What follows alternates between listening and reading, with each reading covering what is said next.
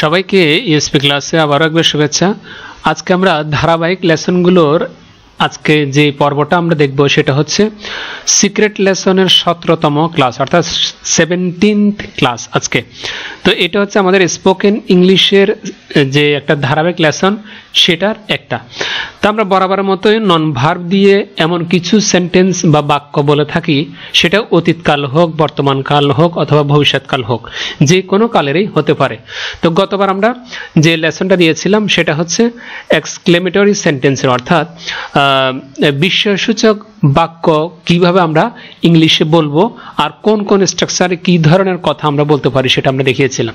তো আজকেও আমরা আমাদের এক্সক্লেমেটরি সেন্টেন্স অর্থাৎ বিস্ময়সূচক বাক্যের দ্বিতীয় ক্লাসটা হচ্ছে আজকে, যেটা ফোকাস কিওয়ার্ড ছিল একটা, আজকে হচ্ছে হাউ দিয়ে, আর এর আগে ছিল হোয়াট দিয়ে। তো হাউ দিয়ে কি কি কথা আমরা বলে থাকি সেটা অতীত, বর্তমান, ভবিষ্যৎ, বিভিন্ন কালে।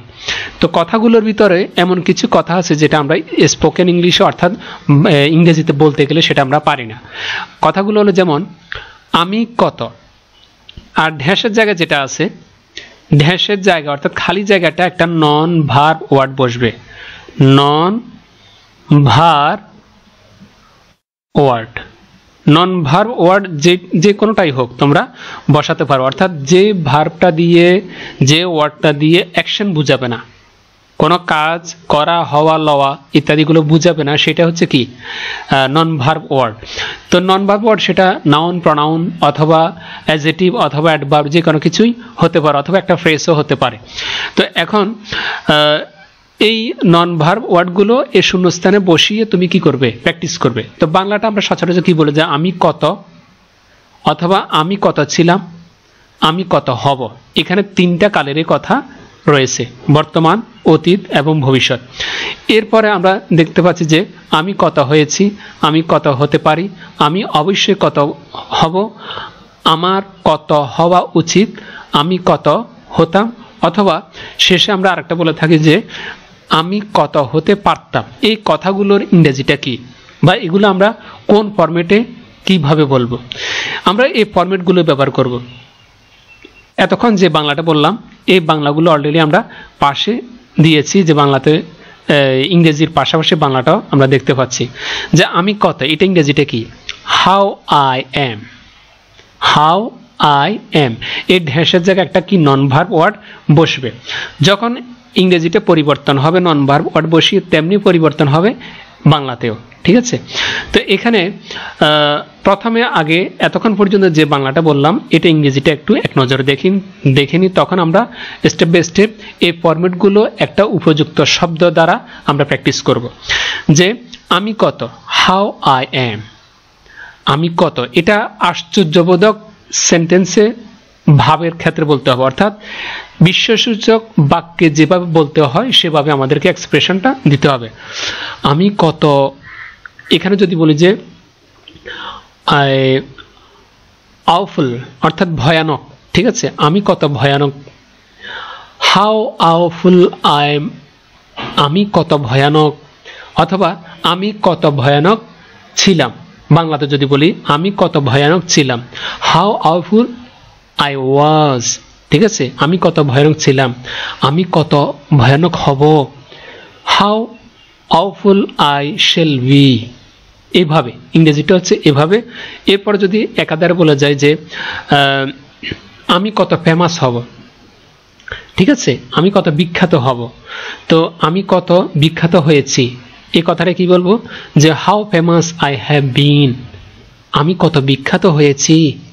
এরপরে আমি কত বিখ্যাত হতে পারি, আমি কত বিখ্যাত হতে পারি, ঠিক আছে, এটা কিভাবে বলবো, যে how famous I may be, how famous I may be, আমি কত বিখ্যাত হতে পারি। তারপর আমি অবশ্যই কত বিখ্যাত হব, এই কথাটা কিভাবে বলবো, how famous I must be, আমি অবশ্যই বা আমি নিশ্চয়ই কত বিখ্যাত হব। এরপর বলতে পারবো যে আমার কত বিখ্যাত হওয়া উচিত, how famous I should B. তারপর বলতে পারি যে আমি কত ঢ্যাঁস হতাম, অর্থাৎ আমি কত বিখ্যাত হতাম, how famous I would be, আমি কত বিখ্যাত হতাম। এরপর বলতে পারি যে আমি কত বিখ্যাত হতে পারতাম। How famous I could be, আমি কত বিখ্যাত হতে পারতাম। এরপরে সর্বশেষ 10 নম্বরটা হচ্ছে how famous I might be, আমি কত বিখ্যাত হতাম। এই 8 নম্বর আর 10 নম্বর প্রায় সেম বাংলা, সেম স্ট্রাকচার যদিও ভিন্ন, তবে বাংলাটা অর্থ এক। এখন 10 নম্বর কখন ব্যবহার করবে? যখন কোনো সম্ভাবনা তোমার ক্ষেত্রে দেখা থাকবে, মানে দেখা দিবে, সেই ক্ষেত্রে তুমি সম্ভাবনার ক্ষেত্রে এই 10 নম্বর স্ট্রাকচারটা ব্যবহার করবে। সম্ভাবনা বলতে যে ভবিষ্যতে তুমি ফেমাস হতেও পারো, নাও হতে পারো, তোমার কাজটা হতেও পারে, নাও হতে পারে, এটা সম্ভাবনা রয়েছে। এইরকম সম্ভাবনা অর্থে তুমি কি করবে? 10 নম্বর স্ট্রাকচারটা ব্যবহার করবে, যেটা মাইট দিয়ে ব্যবহার করা হয়েছে। আর অন্য সকল ক্ষেত্রে তুমি কি করবে? 8 নম্বরটা ব্যবহার করবে। ঠিক আছে, যেহেতু দুটোর অর্থ এক। এখন আমরা দেখব যে উপযুক্ত শব্দ দিয়ে কিভাবে আমরা পুরো স্ট্রাকচারটা প্র্যাকটিস করব স্পোকেন ইংলিশে বা রিটেন ইংলিশে। প্র্যাকটিস উইথ ওয়ার্ডস, অর্থাৎ যে শব্দগুলো আমরা ব্যবহার করতে পারি, যে হাউ হ্যাপি আই এম, আমি কত খুশি। হাউ হ্যাপি আই এম, অর্থাৎ শূন্যস্থানের জায়গায় আমরা কি বসিয়েছি? একটা সঠিক একটা বাক্য বসিয়েছি। তোমরা তোমাদের মতো করে সঠিক বাক্য যেটা মনে করো নন ভার্ব ওয়ার্ড, সেটা তোমরা বসাতে পারবে। হাউ হ্যাপি আই এম, এখানে যদি হ্যাপি জায়গায় তুমি যদি অনেস্ট দাও, অনেস্ট, সৎ, হাউ অনেস্ট আই এম, আমি কত সৎ, এভাবে বলতে পারবে। ঠিক আছে, এরপরে হাউ হ্যাপি আই এম, আমি কত খুশি, এভাবে এক্সপ্রেশনটা প্রকাশ করি, যেটা বিস্ময়সূচক বা অবাক করার বিষয়। সেটা আনন্দেরও হতে পারে অথবা খারাপেরও হতে পারে, অখুশি যেটাকে বলি। ঠিক আছে, তো হ্যাপি জায়গায় যদি আমি ব্যাড দিই, যদি ব্যাড বলি হাউ ব্যাড আই এম, আমি কত খারাপ। ঠিক আছে, তো এখানে যদি বলি হাউ ব্যাড আই ওয়াজ, আমি কত খারাপ ছিলাম, এভাবে বলবে, যেহেতু আমরা হ্যাপিটা বসিয়েছি। তুমি এখানে যে কোনো ভার্ব, যে কোনো নন ভার্ব ওয়ার্ড বসাতে পারবে। হাউ হ্যাপি আই ওয়াজ, আমি কত খুশি ছিলাম। How happy I shall be, আমি কত খুশি হব। How happy I have been, আমি কত খুশি হয়েছি। ঠিক আছে, এরপরে আমরা বলবো যে how happy I may be, আমি কত খুশি হতে পারি, মে বি অর্থে। ঠিক আছে, এরপর how happy I must be, আমি অবশ্যই কত খুশি হব। How happy I should be, আমার কত খুশি হওয়া উচিত। ঠিক আছে, এরপরে how happy I would be, আমি কত খুশি হতাম। ঠিক আছে, অতীতের।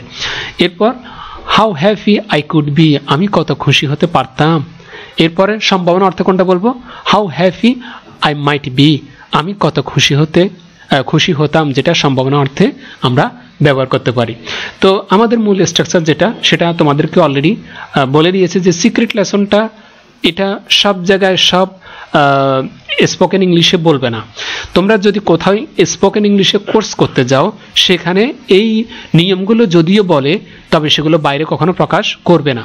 তো আমরা তো যে ক্লাসগুলো দিয়ে যাচ্ছি স্টেপ বাই স্টেপ, এগুলো সম্পূর্ণ ফ্রি।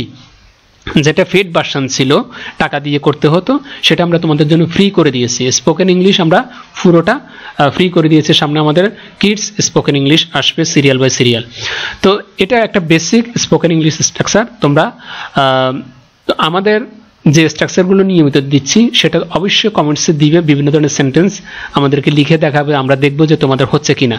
আজকের যে স্ট্রাকচারটা আমরা দিলাম, এই স্ট্রাকচার বিভিন্ন নন ভার্ব ওয়ার্ড বসিয়ে তোমরা কি করবে? প্র্যাকটিস করবে এই স্ট্রাকচারগুলোতে। প্র্যাকটিস করে কিছু সেন্টেন্স আমাদেরকে কমেন্টসে অথবা আমাদের ফেসবুক গ্রুপে জয়েন হয়ে, যেটার লিঙ্ক ভিডিওর নিচে ডেসক্রিপশন বক্সে দেওয়া আছে, ওখানে জয়েন হয়ে তোমরা আমাদের সাথে শেয়ার করতে পারবে। অথবা আমাদের হোয়াটসঅ্যাপ চ্যানেল আছে, যেখানে ভিডিওর নিচে লিঙ্ক দেওয়া আছে, এখানে জয়েন হতে পারবে। এছাড়া ওয়েবসাইট রয়েছে uspclass.com, যেখানে গেলে বিভিন্ন ধরনের টপিকস নিয়ে আলোচনা করা হয়েছে ইংলিশে, যেটা তোমাদের মানে একাডেমিক পর্যায়ে অথবা বাস্তব জীবনেও অনেক অনেক উপকার আসবে। এরকম কিছু টপিকস দেওয়া হয়েছে, তোমরা দেখবে। তো আজকের ক্লাসটা আশা করি তোমাদের কাছে অনেক অনেক ভালো হয়েছে বা ভালো লেগেছে। তোমার ক্লাসমেট যারা আছে বা বন্ধুবান্ধব যারা আছে তাদেরকে শেয়ার করে দিবে। আর আমার জন্য যে কাজটা করবে সেটা হচ্ছে প্লিজ চ্যানেলটা অবশ্যই সাবস্ক্রাইব করে দাও। প্লিজ চ্যানেলটা সাবস্ক্রাইব করে দাও, যাতে করে পরবর্তীতে এরকম সুন্দর সুন্দর লেসন তোমাদের জন্য উপহার দিতে পারি। আজকে পর্যন্তই, খোদা হাফেজ।